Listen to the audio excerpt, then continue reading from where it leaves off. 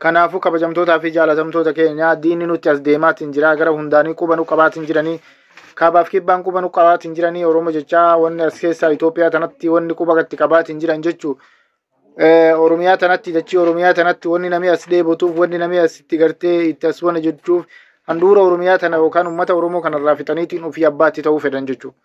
Ofii abbaatti ta'anii ofii gartee of qabeenyaa fi waan hundaanii saamanii uummata kana cunqursanii cunqurfamaan akka jiraatan gartee gaddeebisuu deeman jechuudha. Kanaaf ofirraa dhoowwachuudhaan tokkummaa keenyaan kaabaa kibbaan kaane uummata keenya ofirraa buqqisuu qabna jechuudha. Uummata kana ofirraa deebisuu qabna jechuudha. Kana ta'uuf ammoo nuti konni nu barbaachisu tokkummaa keenya jechuudha. Tokkummaa yoo hin qabaanne gama gamaanii akka yayyiitiin nu waraabessinu nyaata jechuudha. Kanaafuu kabajamtootaa fi jaalatamtoota keenya diina keenya ofirraa faccisaa, diina keenya ofirraa dhoowwataa, tokkummaa keenyaan socho'aa. Iyyaa deemuu miti akka hablaatitti online kana irraa TikTok kanarraa iyyaa deemuu miti. Nami iyyaa deemuu yoo nami si baratillee gaarii miti. Nama iyyuurra nama callisuutu sodaatama. Kanaafuu kabajamtootaa fi jaalatamtoota ijoollee Oromiyaa qeerroo Oromiyaa kaabaaf kibba keessatti argamtan, Oromiyaa bahaaf dhiya keessatti argamtan wanni nu barbaachisu yeroo ammaa kana tokkummaadha. Hidhannoo keenya waan biraallee yoo dhabnee qaama mootummaatiin hayyama itti gaafannee meeshaa keenya bitannee meeshaa keenya mana kaa'achuu qabna barbaachisaadha jechuudha. Heyyama mootummaatiin gaafatamnee heyyama mootummaa itti gaafannee waraqaa itti qabaannee kabajaadhaan meeshaa keenya mana dhaabachuu hin qabnu Oromiyaa keessatti. Diinni nuti as deemaatiin jira waan nuti as deemaatiin jiru ofirraa laaluutti hin jirru akkuma hablaa tokko fi fiiguu duwwaa miti. Kabajamtootaa fi jaalatamtoota keenyaa kuni sumaanuu dhaamsa kiyya. Humni naftanyaa fi intalii Amaaraa kuni deemee yeroo ammaa kanaa bakka takka inuma gahaa. Bakka ga'u kana hanqisuudhaaf ammoo tokkummaa keenya nu barbaachisa mootummaa qofarra laaluufi miti. Inni biraa ammoo waraanni mootummaan asii leenjisee ji'a takkaa fi ji'a lamaaf asii waraana fashisti gartee waraana finxalii Amaaraatti achi ergaatiin jiru uummata keenya isa waraana keenya isa yookaan waraana mootummaa san boojitee akka isaan godhaa jiran yookaan akka isaan godhaa jiran walumaan kan ilaalle onlaayina kanarraa homaa argitaan natti fakkaata. Kanaafuu kabajamtootaa fi jaalatamtoota keenya ummanni suni ummata gartee naasuu namaa hin qabne jechuudha. Ummati sun ummata nurraa nyaatee nurra waliin dhugee waliin nyaatee dachitee irra taa'ee nurra ijaaratee quubsiifamee lafa nurraa saamee bakka gaggaarii qabatee akkanatti fannoo jee nurratti bobbaasee fannoon mataa nurraa muraatiin jirti jechuudha. Kabajamtootaa fi jaalatamtoota keenya dubbiin kiyya kan guyyaa har'aa kuni waa'ee ummata kanaatti waa'ee ummata kanaa ummanni kuni parsantii haga miliyoona hagatiitiin Oromiyaa kanarratti jiraatu jira jechuudha. Kanaafuu ummanni isaanii suni ummata keenya irratti diina banee waraana banee ummata keenya fixaatiin jiru jechuudha. Kanaafuu mee akkamitti ilaaltanii wanni akkanatti ilaalluuf maaltu jira maaltu waliin nu jira maaltii fi waliin jiraannaa isa jedhu ka keessa galchinee kalaallu ta'a jechuudha. Kabajamtootaa fi jaalatamtoota keenya yeroo ammaa kana mee ati saba tokko yoo ati waraanni yookaan waraanummaan kan deemee saba tokko ka waraanu nama tokko ka ajjeesu taate sabni sun hin callisu dhugaa dubbachuudhaaf. Sabni sun hin callisu sirratti duula jechuudha.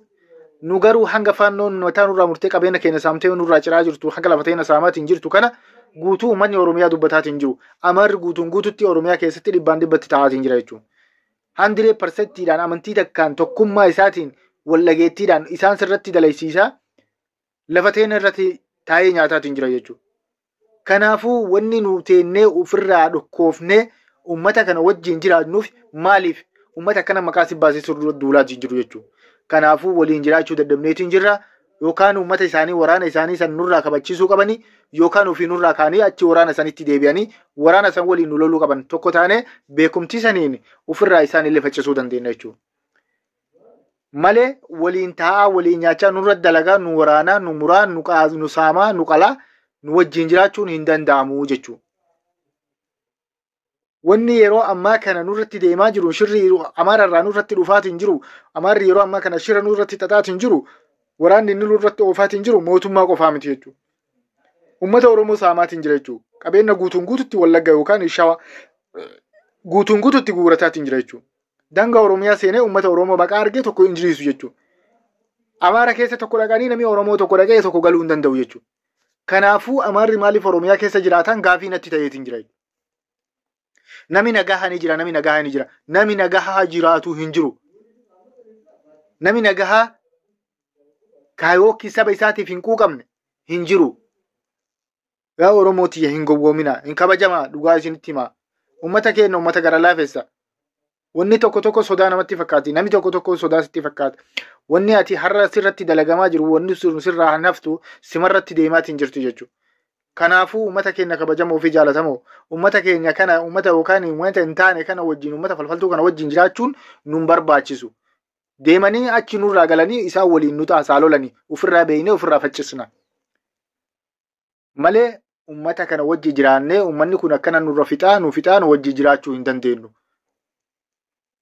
Lafateena saamaa lafateena nyaachaa nurratti dalagaa nu waraanaa nu wajji jiraachuu hin dandeenyu. Kanaafuu uummanni kun yookaan nagaa nuu kennuu qaba yookaan nurraa ka'uu qaba jechuudha. Uummanni Amaaraa fi Inxaaliyyiin Amaaraa akkuma guutuutti Oromiyaa keessaa bahuu qabdu jechuudha. Dhibbatti takkatti isii Oromiyaa keessaa haqnee baasuu qabna jechuudha. Kanaafuu karoorri qeerroo Oromiyaa yookaan fannoon nurraa Oromiyaa irraa dhaabbachuu qabdi yookaan ammoo uummanni Amaaraa Oromiyaa keessaa ka'uu qaba. Fannoon mootummaa miti mootummaa qofaa miti kan wal waraanaatiin jiranii. Dabartee uummata nagaa fixaatiin jirti. Qabeenya saamaatiin jirti. Maqama nama Oromoo jeewwatuyyuu arguun feetu isiin. Kanaafuu maaliif waliin jiraannaa wanni jiru maaltu nu waliin jiraachisa? Maal waliin qabna? Wanni nu waliin qabnu jiru deemanii Goondarii fi Goojjamii isaaniitti itti taagalanii. Nu Oromiyaa teena nagaan tikfannaa nagaan eegannaa ofirraa ni faccifna. Abbaa feete ofirraa ni dhoowwanna. Akkasiin isin injaa kabajamtootaa fi jaalatamtoota jenna. Gisee ammaa kana daangaa Oromiyaa ce'anii waan hin taane irratti uummata keenya irratti dalagaatiin jiran. Kanaafuu nu wajji jiraachuu hin dandeenyu bakka. Ashama harka fuune kabajamtootaa fi jaalatamtoota keenya. Yeroo ammaa kana wanni Oromiyaa keessatti deemaatiin jiru uummata Oromoo irratti deemaatiin jiruu fi dachee Oromiyaa irratti deemaatiin jiru akkasuma mootummaa haa ta'u gama biraa hundaanuu wanni mootummaa irratti deemaatiin jiruu fi wanni gama Oromiyaa keessatti deemaatiin jiru hedduu tokko ka hamilee nama kennuu miti. Yeroo ammaa kana gama gartee uummata Finxaaliyyaa Amaaraa kanaan wanni deemaatiin jiru hedduu takka hedduu jabaataadha. Afaaniin ta'iiti gama waraanaatiin ta'iiti Oromiyaa irratti hedduu roorroon hammataatiin jirti jechuudha. Yeroo ammaa gisee nagartee tokkummaa keenyaan wal qixxoofnee gartee tokkummaa keenyaan tokko taanee qabsoo keenyatti deebinee gartee qabsoo keenyaan ofirraa diina keenya ofirraa faccifnu jechuudha. Gama hundaanuu aangoo harkaa qabnu tanallee akka nu harkaan baane yoo kafeetan taate tokkummaa keenyaanii fi akkasuma daangaa ilaa daangaatti daangaa keenya dhowwannee ofirraa waan diina keenya ka daangaa nutti cabsu hunda ofirraa faccisuun dirqama keenya jechuudha.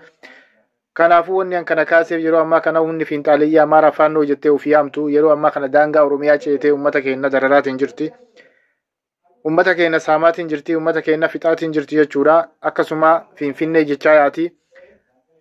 Addis Ababa jechaa yaati. Addis Ababa tanas wanni isiin akkana maqaa dhaataatiin onlaayinii irraa, feesbuuk irraa, tiktook irraa, addunyaan tan irraa arat kiiloo jaa wanni isiin fiidduuf waan kana dhandhamuu feetii gama hundaanii of keessatti ijaartee ummanni kuni waliin ijaaramaa, ummanni kuni waliif dhaabbataa, ummanni kuni gartee wal keessaa dubbataa. Ka Oromiyaa keessa jiruu fi kaachi jirullee wal keessaa dubbataa, karaa waliif baasaa, qaawwa waliif baasaa, icciitii ofii waliin baasuu, icciitii walii ofii gartee walii dhossaa, rakkoo ofii walii dhossaa gartee rakkoo hundatti wal bira dhaabbatanii bifa kana ta'e wal fakkaatiinsa kana ta'een sosso'anii Oromiyaa keessa roorroo sassaamuu fi yookaan roorrisuu fi daangaa hanga daangaatti Oromiyaan ofirraa waan kana qabdu ofirraa eeguu qabdi jechuudha. Gama biraatiin ammoo Oromiyaa qeerroon Oromiyaa haa ta'uu fi abbootiin qabeenyaa haa ta'uu fi akkasuma artiifistootii uummanni keenya akka biyya keessa jiran hundinuu abbootiin hundinuu namni Oromiyaa keessa jiraatee sibiila tokko yookaan meeshaa tokko hayyama itti baafatee manaa qabaachuun isaa dirqama jechuudha. Kana yoo ati ilaaltu taate uummata Itoophiyaa keessatti uummata yookaan Amaaraa kana keessatti ka Oromiyaa keessa jiru kanatti diqqaatee shugguxii takka manaan dhaban suni dawaa isaaniiti jechuudha. Shugguxii takka manaa hin dhaban wanni biraa haateetu kilaashii wanni minaamine haateetu kun dhiisi guutuutti ni jira. Dhabanii kilaashii yoo dhaban shugguxii takka manaan dhaban. Oromoon garuu baangaallee waan biraan dhiisi baangaallee hin qabdu. Ofirraa rafnee jirraa uummata keenya kabajamoo akka jirruuni gartee waraana keenya ofirraa qophoofnee diina keenya ofirraa dha'uun dirqama jechuudha. Kanaafuu diina keenya waan nutti asseenu nuti ofirraa deebisaa waan nutti asseenu gurtu ofirraa faccifnaa mootummaa nurraa faccisa illee waan ofirraa teenu hin qabnu jechuudha. Kanaafuu kabajamtootaa fi jaalatamtoota keenya diinni nuti as deemaatiin jira gara hundaanii quba nu qabaatiin jiranii kaabaaf kibbaan quba nu qabaatiin jiranii Oromoo jechaa wanni as keessaa Itoophiyaa tanatti wanni quba gatti qabaatiin jiran jechuudha. Oromiyaa tanatti dachii Oromiyaa tanatti wanni namni as deebotuuf wanni namni asitti gartee itti as wana jechuuf handhuura Oromiyaa tana yookaan uummata Oromoo kanarraa fixaniitiin ofii abbaatti ta'uu fedhan jechuudha. Ofii abbaatti ta'anii ofii gartee of qabeenyaa fi waan hundaanii saamanii uummata kana cunqursanii cunqurfamaan akka jiraatan gartee gaddeebisuu deeman jechuudha. Kanaaf ofirraa dhoowwachuudhaan tokkummaa keenyaan kaabaa kibbaan kaanee uummata keenya ofirraa buqqisuu qabna jechuudha. Uummata kana ofirraa deebisuu qabna jechuudha. Kana ta'uuf ammoo nuti konni nu barbaachisu tokkummaa keenya jechuudha. Tokkummaa yoo hin qabaanne gama gamaanii akka yayyiitiin nu waraabessinu nyaata jechuudha. Kanaafuu kabajamtootaa fi jaalatamtoota keenyaa diina keenya ofirraa faccisaa, diina keenya ofirraa dhoowwataa, tokkummaa keenyaan socho'aa, iyyaa deemuu miti akka hablaatitti onlaayinuma kana irraa tiktok kanarraa iyyaa deemuu miti. Nami iyyaa deemuu yoo nami si baratillee gaarii miti. Nama iyyuurra nama callisuutu sodaatama. Kanaafuu kabajamtootaa fi jaalatamtoota ijoollee Oromiyaa qeerroo Oromiyaa kaabaaf kibba keessatti argamtan, Oromiyaa bahaaf dhiya keessatti argamtan wanni nu barbaachisu yeroo ammaa kana tokkummaadhaa. Hidhannoo keenya waan biraallee yoo dhabnee qaama mootummaatiin hayyama itti gaafannee meeshaa keenya bitannee meeshaa keenya mana kaachuu qabna barbaachisaadha jechuudha. Heyyama mootummaatiin gaafatamnee heyyama mootummaa itti gaafannee waraqaa itti qabaannee kabajaadhaan meeshaa keenya mana dhabaachuu hin qabnu Oromiyaa keessatti. Diinni nuti as deemaatiin jira waan nuti as deemaatiin jiru ofirraa laaluutti hin jirru akkuma hablaa tokko fi fiiguu duwwaa miti. Kabajamtootaa fi jaalatamtoota keenyaa kuni sumaanuu dhaamsa kiyya. Humni naftanyaa fi intalii Amaaraa kuni deemee yeroo ammaa kana bakka takka inuma gahaa. Bakka ga'u kana hanqisuudhaaf ammoo tokkummaa keenya nu barbaachisa mootummaa qofarra laaluufi miti. Inni biraa ammoo waraanni mootummaan asii leenjisee ji'a takkaa fi ji'a lammaaf asii waraana fashisti gartee waraana fintalii Amaaraatti achi ergaatiin jiru uummata keenya waraana keenya yookaan waraana mootummaa san boojitee akka isaan godhaa jiran yookaan akka isaan godhaa jiran walumaan kan ilaalle onlaayina kanarraa homaa argitan natti fakkaata. Kanaafuu kabajamtootaa fi jaalatamtoota keenya uummanni suni uummata gartee naasuu namaa hin qabne jechuudha. Uummati sun uummata nurraa nyaatee nurra waliin dhugee waliin nyaatee dachitee irra taa'ee nurra ijaaratee quubsiifamee lafa nurraa saamee bakka gaggaarii qabatee akkanatti fannoo jee nurratti bobbaasee fannoon mataa nurraa muraatiin jirti jechuudha. Kabajamtootaa fi jaalatamtoota keenya dubbiin kiyya ka guyyaa har'aa kuni waa'ee uummata kanaatti waa'ee uummata kanaa uummanni kuni parsantii haga miliyoona hagatiitiin Oromiyaa kanarratti jiraatu jira jechuudha. Kanaafuu uummanni isaanii suni uummata keenya irratti diina banee waraana banee uummata keenya fixaatiin jiru jechuudha. Kanaafuu mee akkamitti ilaaltanii wanni akkanatti ilaalluuf wanni akkanatti ilaalluuf maaltu jira maaltu waliin nu jira maaltii fi waliin jiraannaa isa jedhu ka keessa galchinee ka laallu ta'a jechuudha. Kabajamtootaa fi jaalatamtoota keenya yeroo ammaa kana mee ati saba tokko yoo ati waraanni yookaan waraanummaan kan kee deemee saba tokko ka waraanu nama tokko ka ajjeesu taate sabni sun hin callisu dhugaa dubbachuudhaaf. Sabni sun hin callisu sirratti duula jechuudha. Nu garuu hanga fannoon mataa nurraa murtee qabeenya keenya saamtee nurraa ciraa jirtu hanga lafa teenya saamaatiin jirtu kana guutuu uummanni Oromiyaa dubbataatiin jiru. Amarri guutuutti Oromiyaa keessatti dhibbaan dhibbatti taa'aatiin jira jechuudha. 100%dhaan amantii takkaan tokkummaa isaatiin wallageettiidhaan isaan sirratti dalaysiisaa lafa teenya irratti taa'ee nyaataatiin jira jechuudha. Kanaafuu wanni nu teennee ofirraa dhokkoofnee uummata kana wajjin jiraannuuf maaliif uummata akkana maqaa si baasisuu duulaatiin jiru jechuudha. Kanaafuu waliin jiraachuu dadhabneetiin jirra yookaan uummata isaanii waraana isaanii san nurraa kabachiisuu qabanii yookaan ofii nurraa kaanii achi waraana sanitti deebi'anii waraana san waliin nu loluu qaban tokko taanee beekumtii saniin ofirraa isaan illee faccisuu dandeenya jechuudha. Malee waliin taa'aa waliin nyaachaa nurra dalagaa nu waraanaa nu muraa nu saamaa nu qalaa nu wajjin jiraachuun hin danda'amu jechuudha. Wanni yeroo ammaa kana nurratti deemaa jiru shirri Amaararraa nurratti dhufaatiin jiru Amaarri yeroo ammaa kana shira nurratti xaxaatiin jiru waraanni inni nurratti oofaatiin jiru mootummaa qofaa miti jechuudha. Uummata Oromoo saamaatiin jira jechuudha. Qabeenya guutuutti Wallagga yookaan Shawaa guutuutti guurataatiin jira jechuudha. Daangaa Oromiyaa seenee uummata Oromoo baqaa argee tokko hin jiriisu jechuudha. Amaara keessa tokko dhaqanii namni Oromoo tokko dhaqee tokko galuu hin danda'u jechuudha. Kanaafuu Amaarri maaliif Oromiyaa keessa jiraatan gaafii